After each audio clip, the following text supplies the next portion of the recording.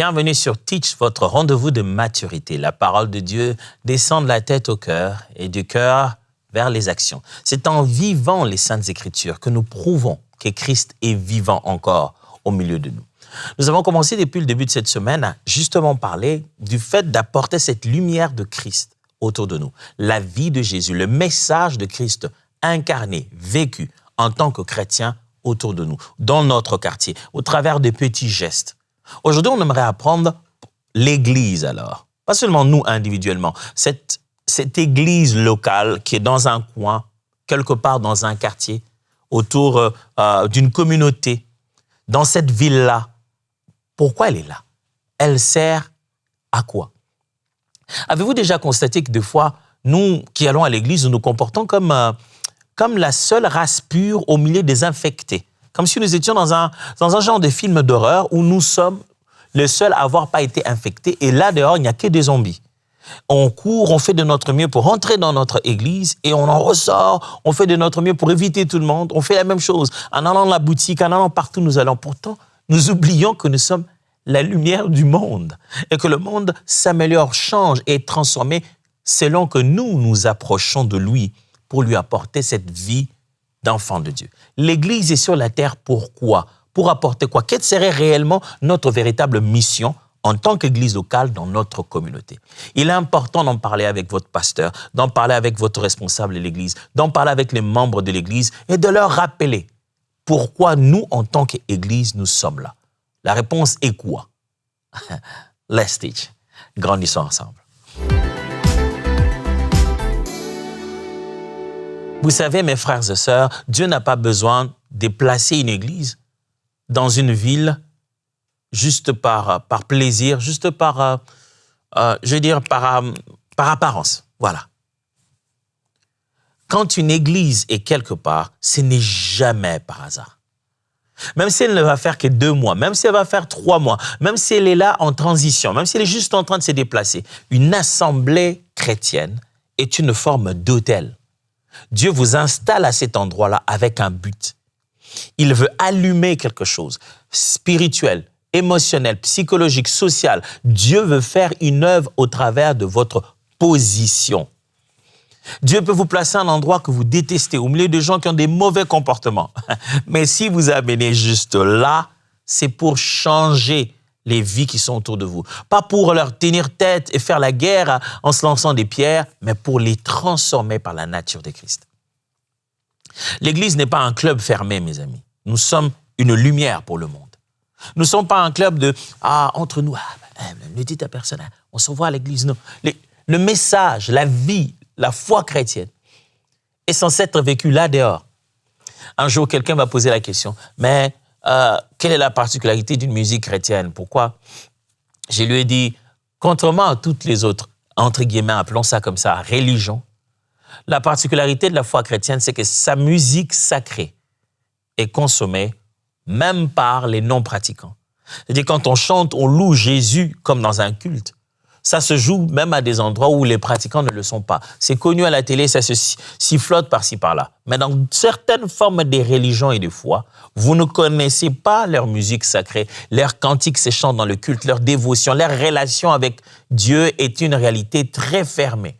Il faut connaître la langue, il faut connaître les mélodies, il faut connaître tellement de choses avant de consommer cela. Mais nous, enfants de Dieu, nous vivons notre relation avec le Seigneur en public pour être la lumière du monde. Frères et sœurs, nous sommes dans nos villes où Dieu nous place. Nous sommes là pour chercher son bien. Chercher en sorte que nous, en tant qu'Église, on apporte une transformation dans cette ville, qui est quelque chose de bien. Mais aussi, nous voulons dire à chaque ville qu'il y a un véritable roi, le Seigneur de Seigneurs, Jésus-Christ. Nous voulons que les villes se rendent compte que c'est lui qui domine en réalité. Ce n'est pas l'autorité locale, c'est le roi sur le trône. Nous voulons révéler Christ à travers la nature de notre vie en tant qu'Église. Alors, avant de partager avec vous 3 grandes vérités fortes qui vont nous rappeler en tant que chrétiens pourquoi nous sommes là dans nos milieux où nous sommes au travers de l'Église locale, pourquoi nous allons au culte là-bas.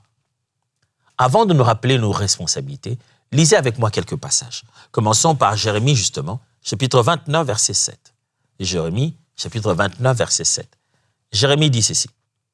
C'est Dieu qui parle à Jérémie, il dit « Recherchez le bien de la ville où je vous ai mené en captivité et priez l'Éternel en sa faveur, parce que votre bonheur dépend du sien. » Dieu parle à son peuple. Le peuple est à un endroit, et cet endroit-là, le peuple c'est pas un lieu de fête. Le peuple est en captivité. Mais il reste le peuple de Dieu. L'environnement autour d'eux est très hostile. Ça les emprisonne, mais il reste le peuple de Dieu. Et Dieu dit, voici l'attitude. Au lieu de vous promener avec haine, portez cette ville à cœur. Priez pour elle, pour son bonheur. Waouh! Quelle est la dernière fois que votre église a prié pour votre quartier? Est-ce que vous priez pour votre quartier, vous priez pour votre ruelle, avec compassion ou juste avec détermination de construire votre temple? Est-ce que vous priez en transformant vos voisins en ennemis ou en terrain pour les transformer? Est-ce que vous priez en disant, Dieu, que vraiment les voisins sachent que ce temple, c'est ton temple? Ou vous priez en vous disant, Seigneur, fais de nous une bénédiction pour les gens qui nous entourent. Dieu nous donne une responsabilité envers la cité. Il nous donne d'être conscients de là où nous sommes et ne pas être indifférents. C'est ce que Jérémie est en train de nous montrer ici. Dieu ne veut pas qu'on soit indifférent dans la cité où nous sommes, même si ce n'est pas notre destination finale, même si on est là en dépassage, même si on est là dans des conditions hostiles, on ne peut pas être indifférent. Est-ce que votre église est devenue indifférente? Indifférente à la situation sociale, à la célébrité? Est-ce que votre église est devenue indifférente? Indifférente à toutes les personnes qui sont dans ce coin-là. Dis, ah, mon frère, ne viens pas par cette route, par là tu risques de voir des choses pas bien. Viens par l'autre route. Est-ce qu'on ne peut pas y apporter de l'amour? Juste de l'amour. Lisons un deuxième texte. Matthieu chapitre 5, versets 14 à 16. Matthieu 5, 14 à 16.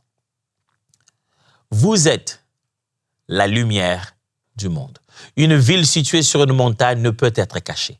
Et on n'allume pas une lampe pour mettre sous le boisseau, mais on la met sous le chandelier. Elle éclaire tous ceux qui sont dans la maison. Que votre lumière luise ainsi devant les hommes, afin qu'ils voient vos bonnes œuvres et qu'ils glorifient votre Père qui est dans les cieux. Encore là, un exemple de Jésus-Christ qui montre que nous, il parle de nous, ceux qui le connaissent et qui reçoivent son message, que nous sommes la lumière du monde. Et ce message est très fort par rapport à l'Église. Ça montre que l'Église existe pour être visible. Par sa bonté, par sa vérité, l'Église est là pour ne pas se cacher. Elle est là pour être visible. La visibilité de votre Église n'est pas que dans votre panneau, le grand panneau à l'entrée de la ruelle. La visibilité de votre Église n'est pas seulement dans la beauté du bâtiment imposant. La visibilité de votre Église, c'est dans la lumière de Christ, dans la façon dont vous transformez la cité, dans votre apport, dans les habitudes, dans les us, dans les mœurs, votre apport dans la transformation sociale, les valeurs chrétiennes, votre impact dans la société. Un dernier texte. Actes des Apôtres, chapitre 2, versets 42 à 47. Actes des Apôtres, chapitre 2, versets 42 à 47. Lisons. Il persévérait dans l'enseignement des apôtres, dans la communion fraternelle, dans la fraction du pain et dans la prière. La crainte s'emparait de chacun. Il se faisait beaucoup de prodiges et de miracles par les apôtres. Tous ceux qui croyaient étaient dans le même lieu et ils avaient tout en commun. Ils vendaient leurs propriétés et leurs biens et ils en partageaient le produit entre tous, selon les besoins de chacun. Ils étaient chaque jour, tous ensemble, assidus au temple. Ils rompaient le pain dans les maisons et prenaient leur nourriture avec joie et simplicité de cœur, louant Dieu et trouvant grâce auprès de tout le peuple. Et le Seigneur ajoutait chaque jour à l'Église ceux qui étaient sauvés. On fait une belle description ici. Luc fait une description de la jeune église de Jésus-Christ qui vient de démarrer. L'effusion du Saint-Esprit, des miracles commencent, des bonnes choses ont lieu. Et il fait un petit résumé de leur mode de vie. Ils allaient au temple, ils rendaient grâce à Dieu. Leur vie était louée par tous ceux qui étaient autour d'eux. Les gens craignaient Dieu à cause de Dieu. Les gens bénissaient Dieu à cause de la qualité de leur vie. Ils étaient une communauté qui participait aux autres rencontres. Les chrétiens n'ont pas tout de suite commencé, les premiers chrétiens n'ont pas tout de suite commencé à vouloir être excentrés, à vivre leur vie loin des gens. Non, ils sont venus au temple, ils ont tellement vécu leur vie tant que telle. Ça a été les temples qui a commencé à les chasser. Ils ont été tellement naturels, ils ont apporté leur vie, la communauté. La Bible dit, ils trouvaient grâce devant Dieu et devant les hommes, devant le peuple. Trouver grâce devant Dieu, vous savez ce que ça veut dire déjà. Maintenant, trouver grâce devant les hommes aussi. C'est-à-dire Dieu vous favorise, il vous ouvre les portes, il vous montre son amour. Et même les hommes, quand vous arrivez, ils disent « Ah, toi, tu es chrétien, c'est ça. Oh non, c'est pas grave. » Ils te traitent différemment à cause de ta foi. Waouh! Quelle est la dernière fois que tu as été traité différemment dans le quartier parce que tu es membre de cette église? Quelle est la dernière fois que tu as été honoré, respecté, gracieusement traité parce que tu es membre de cette église?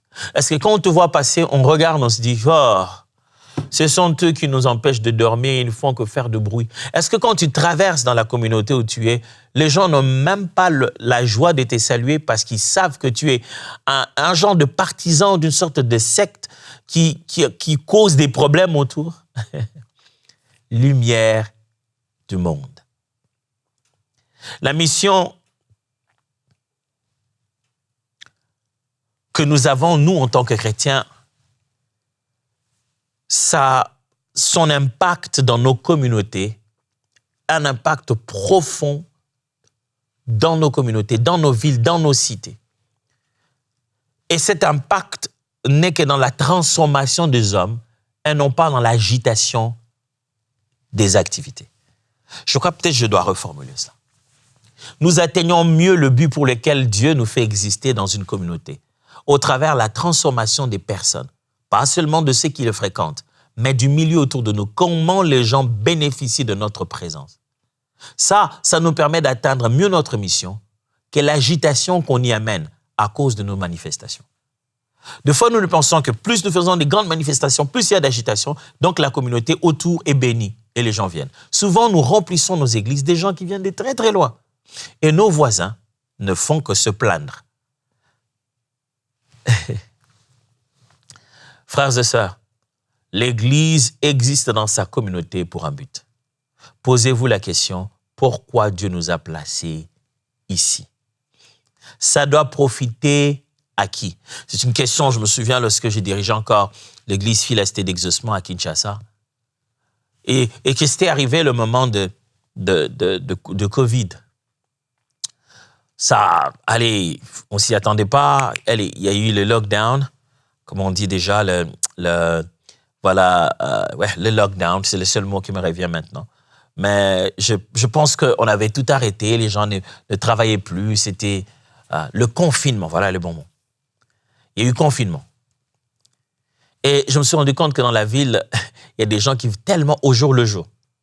Pour la grande partie des gens, on vit au jour le jour, selon ce qu'on va avoir aujourd'hui. Et si les gens ne pouvaient pas entrer en centre-ville, qui était l'endroit où la grande partie des gens allaient trouver, tant soit peu ce qu'ils devaient consommer, eh bien, ça n'allait pas être facile pour certaines personnes qui avaient dans notre voisinage. J'en ai parlé aux merveilleux anciens avec lesquels je travaillais. Je leur ai dit, écoutez, je crois que le Seigneur nous parle, il veut qu'on fasse quelque chose. À ce moment-là, l'Église n'avait pas le moyen. On a, tous les moyens de l'Église et les charges qu'il y avait à l'Église, on a dû les différer parce que personne ne venait au temple, c'était interdit. Donc, personne n'envoyait ses contributions. Les méthodes à contribuer à distance n'étaient pas si... les gens n'avaient pas pris autant goût à le faire. Donc, on avait des moyens très limités. Pourtant, dans mon cœur et ma prière, Dieu n'a pas cessé de me dire, donnez. Je dis, Seigneur, on n'en a pas assez. Mais il dit, donnez. Je dis, bon, on va donner aux membres. Il dit, non, donnez à la communauté. OK. J'en ai parlé à ces merveilleux frères et sœurs. Ils ont dit, oui, je pense que le Seigneur, s'il a parlé, on va le faire. Ils m'ont tellement encouragé. On l'a fait. On s'est dit, OK, qu'est-ce qu'on va faire? On va prendre de nos propres poches. Tous les anciens contribuent, on met ensemble. On se dit, on va faire un geste, lequel on va venir aider les gens qui sont autour de nous. Et j'ai demandé à pasteur, tous les frères et sœurs qui faisaient partie des anciens, j'ai dit, on va le faire nous-mêmes. On descend sur place. On trouve des sacs de riz, des savons, toutes les choses, les produits des premières nécessités. Nous-mêmes, on le prend, on le mène on l'amène, on trouve un moyen à l'acheter, on l'amène au temple et on commence à le distribuer à la communauté qui était juste à côté de nous. Et on a vu qu'il y avait au coin de notre église 2 hôpitaux, 2 centres médicaux. Et à ce moment-là, l'hôpital, c'était là où, voilà, tout le monde allait se faire soigner et ils n'étaient pas nécessairement autant équipés qu'on l'aurait voulu. Alors, on s'est décidé de prendre aussi certains autres produits nécessaires pour ce genre de centres médicaux pour aller les leur déposer. Mon but n'est pas de vous dire combien bien nous avons été. Non, mon but, c'est d'illustrer les possibilités qu'il y a autour de votre église d'échanger quelque chose. Vous pouvez changer quelque chose en tant qu'église locale, dans votre communauté, comme signe que vous êtes enfants de Dieu. Avant de les inviter à une soirée des miracles, juste montre-leur l'amour de Dieu. Avant de les appeler pour donner une parole prophétique sur eux, descendez vers eux. Montre-leur la nature de Christ par votre qualité de vie et les gestes d'amour que vous posez. À quoi sert l'Église dans une communauté? Pourquoi l'Église est-elle dans cette ville? Alors, répondons. 1. Nous sommes ici pour bénir. Chercher les biens de la ville, c'est biblique. C'est biblique de chercher les biens de votre communauté dans ce secteur-là. De se rassurer qu'il y a assez de lumière et qu'il y a de la sécurité et que les inondations ne rendent pas la vie des autres difficile. C'est chercher le bien-être de votre coin, c'est biblique, de votre ville, c'est biblique, de votre quartier, c'est biblique. Il en va de la parole de Dieu de pouvoir bénir votre communauté. J'ai une question pour vous, pasteur. J'ai une question pour vous, frères, sœurs. Jusqu'à quel point votre Église bénit sa communauté? Ah oui. Je ne parle pas d'aller nécessairement sur les réseaux sociaux et de raconter à tout le monde, même si tout le monde ne saura pas que c'est vous qui l'avez faite. Mais jusqu'à quel point votre Église bénit-elle sa communauté? Quand l'Église bénit la ville, elle révèle le cœur de Dieu. Vous pouvez tout dire, tout raconter, mettre des affiches, des panneaux, pour qu'on sache ce qu'il y a dans votre cœur. Il faudrait poser des actions pour le bonheur collectif. Bénir une ville, c'est devenir une réponse, pas seulement une présence comme ça, là, mais vous devenez une réponse. Vous solutionnez les choses. Un homme de Dieu un jour m'a dit, tu reconnaîtrais l'impact de ton église lorsque les gens se plaindront le jour où tu penses la fermer. Si l'église se ferme et tout le monde est genre, oh, enfin, fermer l'église, oh non, il y avait trop de bruit ici, il y avait du n'importe quoi, fermer cette église vraiment. Mais quand on apprend que l'église va fermer, va quitter et que la communauté vient vous voir et dit, vous allez où? Qu'est-ce qu'il y a? Si vous partez, nos enfants, si vous partez, qu'est-ce qui se passe? Qu'est-ce qui vous empêche de rester encore? Parce que vous êtes une telle bénédiction que vous déracinez de là certains autres. Votre vie, votre racine donne vie à plusieurs arbres. Mon frère, ma sœur, pasteur, révérend, homme de Dieu, prophète, vous n'êtes pas là que pour grandir l'Église en nombre. Cette ville, cette communauté autour de vous doit profiter de votre présence. Je vais même mieux dire, Jésus aimerait toucher cette communauté au travers de vous. Pas seulement avec vos prédications, mais avec la qualité de votre vie et le geste que vous posez au quotidien, qui vont le convaincre que réellement, vous êtes des enfants de Dieu. Croyez-moi, nos proches ne sont pas convaincus par les mêmes choses que des étrangers. Les parfaits étrangers, une prédication, tu parles comme si tu étais un ange venu du ciel, il dit « Alléluia, quel homme de Dieu ».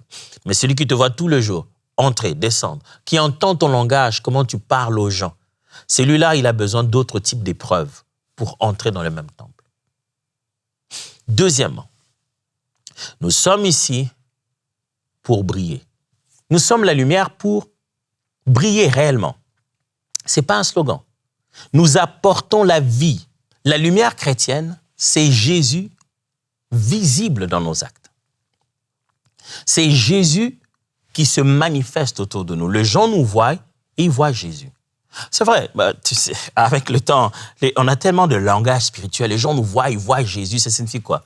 Ça signifie seulement que par notre comportement, par nos langages, par nos attitudes, par nos gestes de libéralité et de bonté, nous copions ce que Jésus aurait fait. Nous vivons une vie de qu'aurait fait Jésus. Nos actes prouvent que nous sommes réellement des disciples qui suivent à la lettre le mode de vie que Jésus a eu sur la terre. si Jésus avait rencontré les mêmes personnes que nous rencontrons, quelle aurait été sa réaction? Et nous réagissons, nous agissons, nous initions des actions avec l'état d'esprit de Jésus, en ayant en nous les sentiments qui étaient en Christ. C'est ça être comme Jésus, c'est ça être la lumière, c'est vivre comme Jésus dans nos habitudes. La ville écoute l'évangile quand elle voit une vie cohérente. Les gens nous prêtent oreille quand ils voient dans notre vie quelque chose de cohérent. Ils sont ce qu'ils sont dedans, ils le sont aussi dehors. Ce qu'ils prônent, ils le vivent. Ce qu'ils disent, ils l'exécutent. Quand vous jeûnez, vous avez un long moment de jeûne et de prière. Comment la communauté en bénéficie?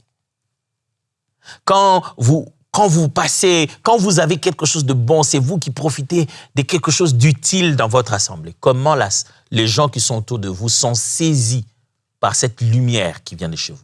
Nous sommes là pour briller. Briller, c'est les habitudes. Briller, ce sont les actions. Brillons, mes amis.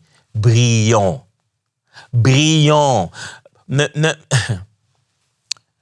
faisons pas que des bruits. Brillons. C'est ça ce que j'essaie de dire. Ne mettons pas que la musique forte.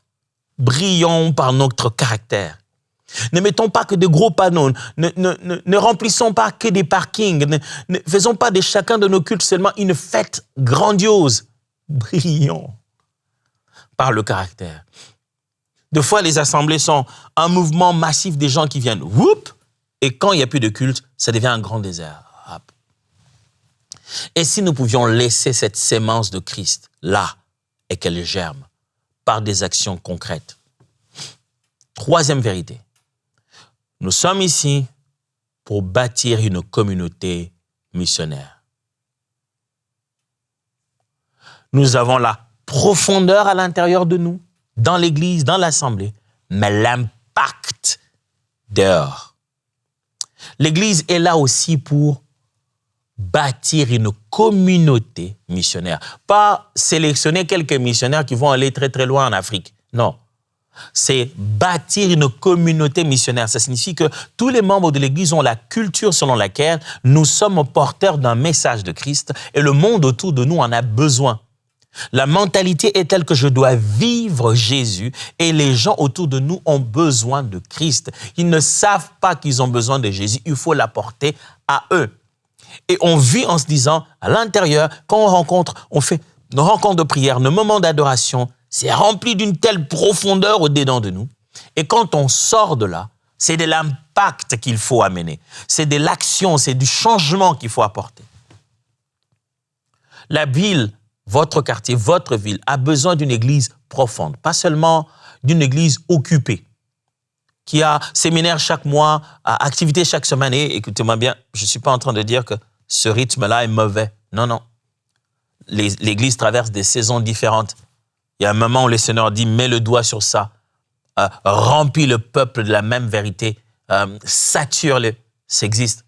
Je suis juste en train de dire que notre trait caractéristique, notre force n'est pas dans l'hyperactivité que deux fois nos églises locales font. Mais notre force est dans des actions ciblées qui montrent que Christ est réellement avec nous. Une communauté saine devient un signe vivant du royaume de Dieu. Quand on voit que vous-même, vous êtes une communauté saine, les gens autour ne se mettent pas au coin de rue en train de colporter. On n'entend pas des combats et des batailles de deux frères à l'église à cause d'une sœur ou de deux sœurs parce que l'un ou l'autre aurait colporté. Quand on voit que c'est une communauté saine, pas une rencontre d'hypocrites bien maquillés qui couvrent leur mauvaise vie au travers la beauté de l'air ténu, mais une vraie, authentique communauté. Pas quelqu'un qui sort du temple et on l'entend comment il parle à la première personne qu'il rencontre. On s'est dit, qu'est-ce qu'on vient de leur dire dedans? Parce qu'apparemment, cet homme, cette femme a un problème. Avez-vous déjà rencontré quelqu'un en train de grelotter, de frissonner et il sort de l'hôpital? Mais vous avez envie de dire, monsieur, mais vous allez où? On guérit là-bas dedans, d'où vous venez. Et puis vous avez tous les symptômes de quelqu'un qui a besoin de dormir. Vous devez être alité en ce moment, on doit vous donner quelque chose. Et lui, il sort là, il dit, mais vous venez de l'hôpital, mais pourquoi vous avez tout l'air malade? Apparemment, des fois, nous les chrétiens, nous sortons comme ça de nos assemblées, comme ça de nos réunions. On quitte l'église, au premier restaurant, on va. On entend comment on parle au serveur, à la serveuse. C'est dit. Pourtant, ils viennent d'être là où ils sont censés être, source de lumière. Waouh! Vous savez, on peut le faire par une méthode très facile.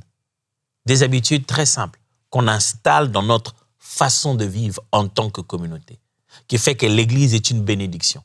Ça se résume en ces 3 lettres, D-I-P, qui veut dire dedans, à l'intérieur. Dedans, on fait quoi? Parole et prière.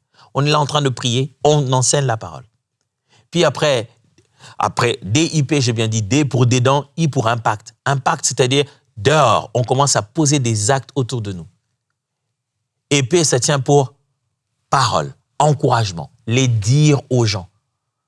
On a D pour dedans, ce qui se passe dedans de nous, prière et parole, on nourrit le peuple de Dieu. On a I pour impact, on apporte l'impact à l'extérieur, la croissance, la transformation de vie des gens. Et le P pour parole, on encourage, on parle, on apporte la parole maintenant à l'extérieur de nous. C'est ça une église qui est une bénédiction. De quoi avons-nous parlé aujourd'hui? Nous avons parlé du fait que l'église dans une ville a un rôle et une mission, qu'on a résumé en 3 simplement. Dieu nous a placés sur la terre en tant qu'église pour bénir, pour être le bien-être de nos communautés. Deuxièmement, Jésus nous veut briller. Il nous a placés sur la terre pour briller. Ça veut dire vivre une foi cohérente, visible. On est les mêmes dedans et dehors. Et enfin, je dis que l'Église impacte la ville quand elle vit la profondeur et la mission ensemble. Quand l'Église se considère comme une Église missionnaire, elle est là pour transformer. Pas quelques missionnaires, tout le monde a pris conscience de cela. C'est l'heure du challenge. Il faut finalement qu'on traduise cette parole en actes. Comment on le fait cette semaine? Comment on le fait à partir d'aujourd'hui? Voici la question. Quel est ton geste de bénédiction pour ta ville cette semaine? Le geste pour toi qui sera une bénédiction pour ta ville, pour ton quartier. Je ne parle pas de là où tu habites, je parle de là où existe votre église locale. Est-ce une prière ciblée? Est-ce qu'un service concret? Est-ce une invitation relationnelle? Est-ce que tu vas juste prier en particulier pour certaines personnes à un endroit? Est-ce que tu vas poser un acte concret? Est-ce que tu vas t'interroger sur les enfants que tu vois souvent dans la rue, là, tu ne sais pas d'où ils viennent? Quel est ton acte concret à poser en tant que chrétien, membre de cette église-là? Quel est votre acte en tant qu'assemblée? Peut-être que vous m'écoutez, que vous êtes pasteur. Posez-vous cette question. Qu'est-ce que l'assemblée que je dirige peut apporter comme acte là où nous sommes? Seigneur, je t'en supplie. Aide-nous à nous rendre compte que nous avons plus que ce que nous pensons. Et qu'en tant qu'église, nous étendons nos mains à transformer notre environnement comme la bénédiction de nos communautés. Au nom de Jésus. Amen. Rencontrons-nous demain. Que Dieu vous bénisse.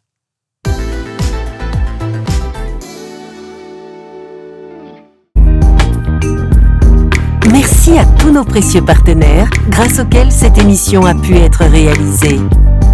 Vous aussi, rejoignez la grande famille des partenaires d'EMCI TV en faisant un don sur emcitv.com/don.